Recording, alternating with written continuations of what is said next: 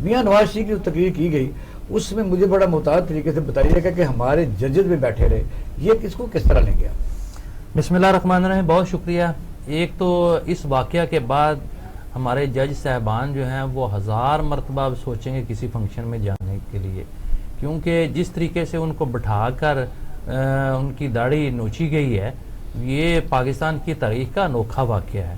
اور یہ صرف اداروں کو معلوم نہیں کیا گیا بلکہ میں یہ سمجھتا ہوں کہ یہ پاکستان کے دشمنوں کو خوش کرنے کے لیے ایک شو مینیج کیا گیا تھا. اور اس میں ایسا کہا گیا کہ پاکستان ایسا ملک ہے جہاں کوئی قانون نہیں ہے، اگر کوئی بندہ مفرور ہے دیکھیں نا تو تقریریں کرے جو مرضی پہ، اللہ معاف کرے، پیش ہو جائے. اللہ معاف کرے، لوگ تو جو ہیں وہ پھر تو وہ تو پیغمبروں پر بھی تنقید کرتے ہیں، وہ تو ذات جو واحد ہے جس نے ساری کائنات تخلیق کی ہے اس پر بھی تنقید کرتے ہیں، تو وہ ایک علیحدہ مسئلہ. لیکن یہ میں آپ کو بتاؤں کہ یہ سارا کچھ جو ہے نا یہ اتنا اس کو آسان نہیں لینا چاہیے، یہ کوئی عام معاملہ نہیں ہے. یہ سارا کچھ جو ہے یہ پری پلان تھا. اس کے لیے آڈینس جو تھی وہ بھی جا نہیں سکتے تھے، وہ بھی پاکستانی قوم سوال چلتا ہوں نا. اس میں آڈینس جو تھی وہ بھی باقاعدہ مینج کی گئی تھی، اس میں مقرر ڈھونڈ کر لائے گئے تھے اور وہ بھی باقاعدہ مینج تھی. اور یہ بین الاقوامی ایک سازش ہے جس کے تحت بین الاقوامی قوتیں پاکستان میں انتشار پیدا کرنا چاہتی ہیں، اور یہ اس کا ایک فرسٹ ایپیسوڈ تھا. یہ اس کو سارا کچھ جو ہے نا یہ آنند فانند نہیں ہو گیا، یہ سارا کچھ پری پلان تھا. مجھے بتائیں کون سا مارشلہ لگا ہوا تھا یا کون مارشلہ لگنے کے آثار نظر آ رہے تھے کہ یہ بات جو ہے انہوں نے کی جی کہ ایک جرنیل یا فلاں یا حقوق غصب کیے جا رہے ہیں. بھائی پارلیمانی جمہوریت کام کر رہی ہے، اس ملک میں وزیر اعظم موجود ہے، ایک حکومت موجود ہے، عدالتیں کام کر رہی ہیں. کون سی کہا جا رہا ہے دکھ اس بات کا ان کو ہے، اور اس کے میاں نواز شریف کی دال نہیں گل رہی، اور اس کے لیے یہ سارا کچھ کیا گیا ہے. یہ سارا کوئی پراپیگنڈا. اب آپ دیکھ رہے ہیں جس طرح رانا شمیم والا مسئلہ ہے، پوری دنیا میں جگ انسائی ہو رہی ہے، بچے کو پتا ہے کہ یہ کیا ہو رہا ہے، یہ کس مقصد کے لیے ہو رہا ہے. دیکھیں عدالتی سسٹم میں یا کرمنل جو ہسٹری ہوتی ہے اس میں ایک کرمنل پروسیجر میں ایک ہوتا ہے کہ بینیفیشری کون ہے، کس جرم کا بینیفیشری کون ہے. یہ رانا شمیم والا کیس جو ہے اس میں ہمیں بخوبی بچے کو اندازہ ہو رہا ہے کہ اس میں بینیفیشری کون ہے، کس کو اس بیان کا فائدہ پہنچ رہا ہے، اس میں سیاست کون کر رہا ہے. یہ سارا کچھ جو ہے وہ پارٹ 1 تھا. وہ تو سب میں ابھی آنا ہے، وہ ہمارا سوال تو موجود ہے، وہ ہمارے پاس میں سوال موجود ہے. ہم یہ چاہتے ہیں کہ یہ جو اس ٹائم کے اوپر بالکل آپ نے درست فکر اٹھایا ہے کہ اس ٹائم ملک میں کون سی خوفناک صورتحال چینج ہونے جا رہی تھی کہ جو یہ ضروری سمجھا گیا، کیونکہ افغانستان کی سچویشن ہمارے سامنے ہے، افواج پاکستان اب بھی یعنی سرحدوں کے اوپر انگیج ہے. اور پھر یہ موقع کی مناسبت کیا سمجھتے ہیں کہ یہ جو عاصمہ جہانگیر کا سلسلہ تھا یہ کیوں کیا گیا؟ اس کے پیچھے میاں نواز شریف کا آنا ہے، کس چیز میں کیا تھا؟ نہ میاں نواز شریف کو موقع مل رہا آنے کا، نہ وہ ایسی صورتحال میں آئیں گے. ٹھیک ہے، وہ گئے کس لیے؟ کسی نے اندھے سے پوچھا آپ صاحب حلوہ کھائیں گے؟ انہوں نے کہا اندھے کس لیے ہو، اگر حلوہ نہیں کھانا تو وہ اس ملک سے گئے کیوں ہیں؟ اگر یہاں ان کی دال گل رہی ہوتی تو وہ اس ملک میں رہتے. وہ اسٹرگل سے فالوور تو ہے نا ماشاءاللہ بہت زیادہ، بے شک ان کے بیٹے یہاں نہیں ہیں، خود بھی نہیں ہیں، تو لیکن وہ ان کے فالوور تو بہت. اگر تو کو آپ نے سجدے کرنے ہیں اور قبروں کو ووٹ دینے ہیں تو پھر آپ اسی طرح پھر یہی توقع رکھیں. یہ بات درست ہے کہ آپ پی ٹی آئی کی بے شک بیڈ گورنمنٹ لگا لیں، ان کا آپ 133 پر درمیان مجھے یاد آ گیا، وہاں سے ایسے اوٹ میں جیسے بال مکھن سے نکلتا ہے تو وہ واقع پر لے رہے ہیں، تو وہ نہیں اقبال شاہ صاحب اس میں مجھے اور معاملہ لگتا ہے. اس میں مجھے ایسے لگ رہا ہے کہ یہ سارا کچھ مینج کیا گیا اور پیپلز پارٹی کی ریوائول کے لیے یہ سارا کچھ کیا جا رہا ہے. اب دیکھیں نا مقابلہ جو ہے وہ پیپلز پارٹی اور نون لیگ کے درمیان ہے، تو ظاہر ہے کہ ان کو اچھے خاصے ووٹ پیپلز پارٹی کو ملیں گے. اور جس طریقے سے ان کی پوری لیڈرشپ اس الیکشن کو فوکس کیے ہوئے ہے، تو یہ جو ہے یہ ہو سکتا ہے کہ انہیں ایک راستہ دینے کی کوشش کی گئی ہو کہ آپ بھی میدان میں آ کے کھیل کے دیکھ لیں بھائی. تو یہ ساری چیزیں جو ہے نا یہ اچھا اتنے اگلے سوال کی میں ایک چیز اس میں ایڈ کرنا چاہتا ہوں جی. دیکھیے مجھے اختلاف نہیں ہے جس پرسیپشن آپ بات کر رہے ہیں. یاد رکھیے جب آپ سلیکٹڈ اور الیکٹڈ کی بات کرتے ہیں تہمتیں لگاتے ہیں سٹنگ گورنمنٹ کے اوپر, گورننس کا ایشو کسی اور وقت ہے. یہ یاد رکھیے کہ یہ جو بہت ساری چیزیں حکومت کرنا چاہتی ہے اور یہ نہیں ہوتی, اس کی کیا وجہ ہے میں بتاتا ہوں. اس کی وجہ یہ ہے کہ جو لوگ ان آفس میں بیٹھے ہوئے ہیں وہ کسی اور کی پروڈکٹ ہے, ان کا قبلہ کسی اور طرف ہے.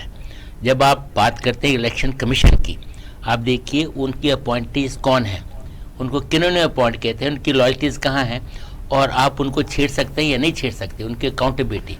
یہ تو پھر یہاں پاکستان میں ہو سکتا ہے, لوگ اپوائنٹ ہوتے ہیں, امریکہ میں اپوائنٹ نہیں ہوتے, دنیا میں فرانس میں برطانیہ میں نہیں اپوائنٹ ہوتے, کہیں بھی نہ کبھی کوئی اپوائنٹ ہوتا ہے. ضمیر بھی تو کچھ چیز ہوتا ہے کہ ہمیں کون سا چیز کرنی ہے. یہاں اگر کوئی بھرتی ہو جاتا ہے تو یہ کوئی غلام تو نہیں ہو جاتا. سر وہ نواز شریف کے نہیں, جب آپ سیکرٹری کا جو ہے وہ داماد ہے, نواز شریف کا پرنسپل سیکرٹری کا داماد ہے, اور آپ دیکھیں وہ اب بھی انسان اگر صحیح فیصلے کر سکتا ہے, خفیہ فون آپ کی کرتا ہے نواز بات شریف کو, اگر صحیح فیصلے کرتا ہے. ابھی آپ نے اپنے انٹرو میں کہا تھا کہ بڑی سے بڑی جمہوریت لے لیں, وہاں پہ انسان اپنے ٹینیور پورا کرتا ہے, گھر چلا جاتا ہے. یہاں پہ آلو اور گوشت X B party A party, یہ پچھلے 40 سال سے کوئی تیسری پارٹی نہیں ہے. بریک کی طرف جا رہے ہیں, موضوع ہم کریں گے کہ پارٹ 2 جو ہے رانا شمیم کا اس ملک میں ہونے کیا جا رہا ہے کہ اس ملک نے بڑے لوگوں کو, چھوٹے لوگوں کو بڑی بڑی عزت دی, لیکن وہ نکلے چھوٹے ہی. اب ضمیر کب جاگتا ہے, کیوں جاگتا ہے, وہ آپ کے سامنے ہے کہ رانا شمیم صاحب نے پاکستان کے سارے عہدے انجائے کیے, اب پھر ضمیر نامی چیز جاگی. پھر اب آڈیو آ رہے ہیں, اب آڈیو جواب در جواب آ رہا ہے, یعنی گندگی ایک دوسرے کے فیس پر ملی جا رہی ہے, پوری ہنس رہی ہے. یہ کون سا ملک ہے اتنی قربانیوں کے بعد جو حاصل کیا گیا تھا؟ یہ کون لوگ ہیں جن کی فوج دنیا میں ٹاپ 10 میں آتی ہے؟ یہ کون سا ملک ہے جو ایٹمی صلاحیت رکھتا ہے؟ اور اندر کیا ہو رہا ہے؟ اس سوال کا جواب ہم لیتے ہیں اپنے پینل سے آفٹر شارٹ بریک. ہمارے ساتھ رہیے گا. ٹوڈے ریحان اظہر صاحب, یہ اب دن بدن یہ چیزیں آگے بڑھ رہی ہیں کہ رانا شمیم صاحب ساہیوال سے انہوں نے کون سی خدمات انجام دی کہ سندھ کے جج بن گئے, پھر ریٹائر کے بعد کون سی خدمات انجام دی کہ جی بی میں چلے گئے, گلگت بلتستان میں. ان ساہیوال کا آدمی سارے پاکستان میں پھر رہا ہے, اور پھر ان کے وزیر اعلیٰ کا نام میں دم کیے رکھا, یہ ریکارڈ پر ہے وہ گلگت بلتستان والا. پھر 3 سال بعد انہوں نے جو واقعہ کیا, بہرحال اس کے پر کیا سمجھتے ہیں کہ سچا کون ہے؟ کیونکہ اب اس ریبٹل بھی آ رہا ہے, تو یہ کوئی انکوائری یا کمیشن تو بننا چاہیے کہ کون سچا ہے کہ نہیں بننا چاہیے. رانا شمیم جیسے لوگ جو ہیں وہ جا کے ان کو آپ کو چیف جج بنا دیتے ہیں اور وہاں پروموٹ کر کے بھیج دیتے ہیں ایسی جگہ پہ جس سے ان کا کوئی تعلق ہی نہیں ہے. گلگت بلتستان میں ان کا کیا بنتا تھا, لیکن اس کو وہاں پہ بھیجنا یہ نواز شریف جیسے لوگ ہی کر سکتے ہیں, کیونکہ انہوں نے ان کو استعمال کرنا. اب آپ کو پتہ ہے امینڈمنٹ ہو چکی ہے کہ اب جی بی کا گورنر بھی وہاں کا ہی ہوگا. تو یہ بالکل اچھا کیا نا, یہی ہونا چاہیے تھا. اور دوسری بات ہے کہ رانا شمیم جو ہے آپ اس کی فائل چیک کریں, اس پہ بہت سے الزامات اور بہت سے اس کے کیسز ہیں, اور یہ جو سارے الزام لگائے ہیں اس نے, کیونکہ نواز شریف کو نیند نہیں آتی, وہ یہ سوچ کہ جی یہ جو ہے عمران خان کو جو ہے وہ صادق اور امین اس نے قرار دیا ہے, صادق اور امین ان کے ذہن میں پھنسا ہوا ہے. نواز شریف ذہنی مریض ہو چکا ہے یہ سوچ کے, اور یہ اس سے بدلہ لینے کے لیے انہوں نے جو ہے یہ ساری پلاننگ کی ہے. نہیں, اگر وہ جو ثاقب نثار ہیں ان کی اس چیز کو ثابت کر دیتے ہیں تو اسی نے تو کہا ہے کہ عمران خان صادق اور امین ہے, تو بات کیسے ثابت ہوگا؟ تو پھر اس طرح تو نواز شریف کی جو ٹیپ آئی ہے آپ نے لیٹسٹ جو آپ نے دیکھا, جو لوگوں نے پروڈیوس کر کے دی ہے, جس میں وہ جو ہے عمران خان کی تعریفیں کر رہا ہے اور عمران خان اپنے آپ کو برا کہہ رہا ہے, یہ ثابت کرنے کے لیے یہ کسی وکیل نے تیار کی ہے کہ بھائی یہ ہو سکتا ہے تو وہ نہیں ہو سکتا, تو جب یہ غلط ہے تو وہ بھی غلط ہے. اور دوسری بات ہے کہ اس کے اندر جو وائس کا جتنا بھی مطلب, میں تو براڈ کاسٹنگ میں ہوں, میں نے وہ باقاعدہ وہ سنا ہے, جب میں نے سنا ہے وہ اس کے اندر باقاعدہ جرکس ہیں, اور وہ آواز جو ہے ہو سکتا ہے ثاقب صاحب کی ہو, لیکن وہ جو ان کی جو جس طریقے سے جو ان کو جوڑا گیا ہے وہ سارے اس کے اندر آج پھیل گئے. ان کی ساری تقاریر نکالی گئی ہیں, ہاں. ان میں سے لفظ وہ فرانزک ہوئے ہیں. نہیں, اور دوسری بات ہے وہ آواز بھی نہیں ملتی. اور فرانزک آپ امریکہ میں بیٹھ کے وہ نورانی صاحب کیا نام ہے آواز تو خیر امریکہ میں وہاں بیٹھ کے وہ کرا رہا ہے شخص, یہ سارے لفافے بھاگے ہوئے ہیں یہاں سے. بھائی یہاں آ کے کرو, پھر آؤ اور آ کے عدالت میں خود پیش کرو, وہاں سے بات کر کے. یہ تو ایسے ہی ہے کہ آپ راوی کے دوسری طرف کھڑے اور میں آپ کو پتھر مار رہا ہوں. تو یہ بات یہ ہے سر, آپ وہ جو احمد نورانی ہے اس نے تو عدالت سے معافی مانگی. نہیں احمد نورانی سر نافی ہے تو پھر بھاگا ہوا کیوں ہے؟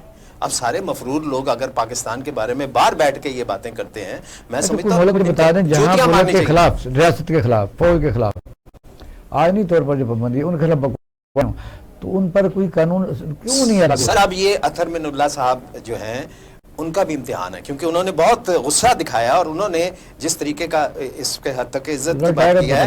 اب دیکھنا ہے کہ وہ کیا فیصلہ کرتے ہیں, کیونکہ سر اگر اس طرح جج آپ کے اس طرح ان کو بلیک میل کیا گیا, اس طرح ذلیل کیا گیا, تو آپ کی عدلیہ کی کیا عزت رہے گی؟ ویسے آپ 126 نمبر پہ آ گئے تو آپ آگے آپ کیا چیف جسٹس صاحب نے پرسوں جو تقریر کی ہے یہی جو آسمان جہانگیر کے موقع کے اوپر, تو انہوں نے کہا ہم تو کسی سے نہیں ڈرتے, صحیح ہم فیصلہ کرتے ہیں, ہمیں کون ڈکٹیٹ کر سکتا ہے. تو وہاں بیٹھے رہے اور پھر آپ کے سامنے انہوں نے یہ جو جواب دیا وہ بڑا اچھا کیا, لیکن وہ بڑے امبیرس فیل کر رہے تھے. اور دوسری بات ہے انہوں نے یہ جو کہا کہ جی وہ میرے نیچے کے بھی جو ساری ہائی کورٹ بھی ٹھیک ہے, وہ ٹھیک ہے, وہ انہوں نے ٹھیک نہیں کہا. لوگوں نے اس پہ اعتراض کیا. ٹھیک ہے اپنے بارے میں وہ کہہ سکتے ہیں, سپریم کورٹ بہت بہتر ہے, لیکن باقی ان کے کورٹس اگر دیکھا جائے تو کرپشن تو وہاں پہ ایسی چھائی ہوئی. اور آپ دیکھیں کہ جو سندھ کی ہائی کورٹ ہے وہ پیپلز پارٹی کے فیصلے کرتی ہے, جو لاہور کی ہائی کورٹ ہے وہ نواز شریف کے. نہیں سر نہیں, یہ ایک امپریشن ہے.